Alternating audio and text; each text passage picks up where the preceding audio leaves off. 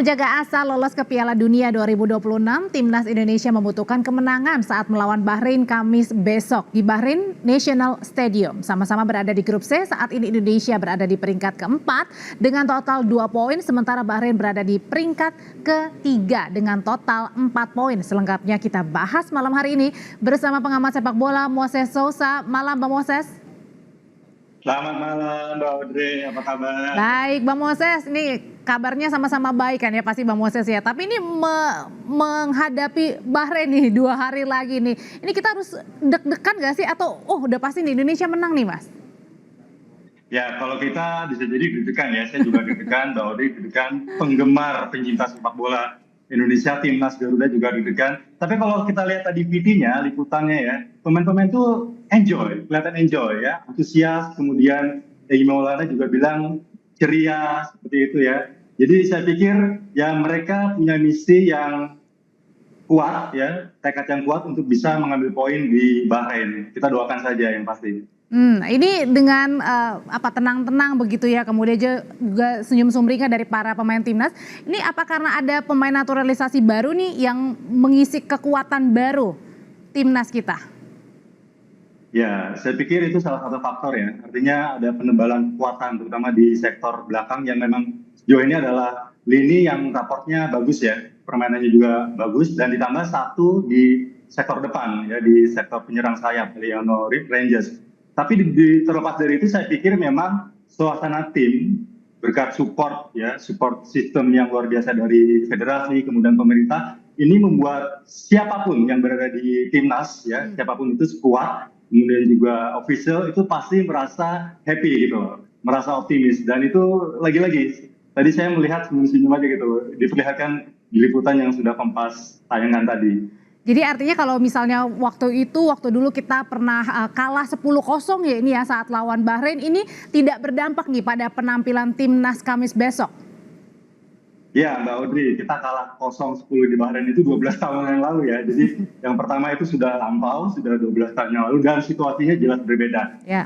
Bahkan kalau kita bicara tahun ini aja ya, situasi di Piala Asia 2023 Januari lalu ya, 2024 ya, dengan saat ini itu sudah berbeda jauh gitu loh. Pada saat Piala Asia 2023 Januari lalu kita belum ada Martin Paes, kita belum ada Jay, kita belum ada Tom Hay, ya. Kemudian sekarang belum ada Hilgert, belum ada Eliano. Jadi situasinya berbeda gitu loh. Jadi bisa jadi ini adalah saatnya kita bisa revenge di kandang Bahrain. Begitu. Nah, ngomong-ngomong tentang Martin Paes nih, Bang Moses, ini nanti pada hari Kamis langsung diterjunkan nggak sih, diturunkan nggak sih? Karena kan terakhir juga cedera kan Martin Paes ini. Ya harapannya seperti itu ya, karena ini kiper jago, jadi karena pas berada di bawah Mistar, itu pemain belakang pasti percaya diri gitu. Dan itu terlihat dari 2 penampilan timnas ya, melawan Arab Saudi, kemudian melawan Australia, terutama melawan Australia ya. Nah, dikabarkan Martin Paes cedera ringan ya, dan juga baru bergabung menjadi orang yang terakhir bergabung dengan timnas. Masih ada waktu 1 hari ya untuk persiapan. Kita harapkan bahwa Martin Paes bisa tampil. Kita semua harapkan bahwa dia tampil. Nah, kalau misalnya kita melihat berkaca kepada terakhir kan Bahrain juga kalah ya melawan Jepang ya Bang Moses ya, 5-0 begitu. Nah kalau misalnya sekarang ini gimana nih kalau kita melihat, apakah kita juga bisa memandang dalam tanda kutip ya sebelah mata bahwa artinya kita pasti akan menang besok melawan Bahrain? Atau patut diwaspadai ini? Ya, Bahrain di pertandingan terakhir mereka kalah 0-5 ya di kandang ya, dan lawannya memang tim unggulan, tim yang difavoritkan untuk lolos langsung ke putaran Piala Dunia ya, putaran final Piala Dunia 0-5. Nah, saya melihat bahwa kita masih punya peluang gitu loh, dengan materi yang kita punya, kedalaman skuad yang kita punya, kemudian melawan Bahrain yang memang sedang dalam keadaan tidak baik-baik saja, baru saja kalah 0-5. Saya pikir kita bisa mengambil keuntungan dari sana ya. Begitu Mbak Audrey. Oke, Bang Moses, ini kan yang kita patut waspada juga bukan hanya para pemainnya, tapi pada saat kita melihat gitu ramai diperbincangkan di media sosial juga, para supporter timnas ini ibaratnya menyerbu begitu ya Instagramnya Bahrain begitu, yang menyebutkan bahwa jangan mengulangi untuk memakai laser sama seperti waktu kemarin melawan Jepang nih. Apa sebenarnya yang harus kita waspadai juga nih? Ya, kalau persoalan laser itu bisa terjadi di mana saja ya. Artinya kita balik saja kepada bagaimana diri kita mempersiapkan diri, para pemain tentunya ya, official semuanya. Artinya lebih fokus untuk menjalani pertandingan dan fokus kepada bagaimana bisa memenangkan pertandingan ini. Artinya ketika ada faktor-faktor non teknis seperti laser, kemudian nanti juga kita nggak tahu ya di Bahrain seperti apa ya. Artinya penonton mereka akan seperti apa treatmentnya kepada kita fokus kepada bagaimana cara kita bermain, itu saja. Saya pikir hal-hal seperti itu tidak perlu dibesar-besarkan. Oke, tetap fokus kepada pertandingan Kamis besok ya. Bang Moses tadi kan Bang Moses bilang Pastinya. kalau misal di lini belakang sepertinya kita sudah kuat begitu. Nah tapi bagaimana dengan di lini depan? Ya, lini depan ini memang persoalan ya. Jadi ketika Hilgers dan Eliano bergabung, banyak yang mengatakan, loh kenapa nggak ambil striker seperti itu.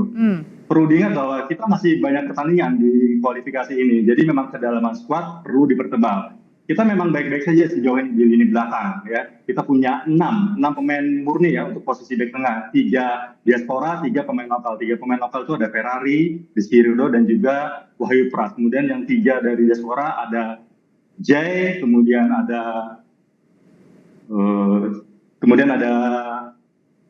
ya Verdon bisa main di sana, kemudian juga ada Jordi Amat ya, Jordi Amat bergabung. Tapi kita perlu kedalaman, maka dari itu Hilgers muncul. Nah di depan ini memang masih jadi persoalan gitu. Jadi saya pikir munculnya Eliano bisa jadi opsi ya ketika dia nanti akan main di penyerang sayap, ya bisa saja Ragnar akan digeser ke tengah di posisi penyerang utama yang biasanya di situ ada strike ya, Rafael strike gitu.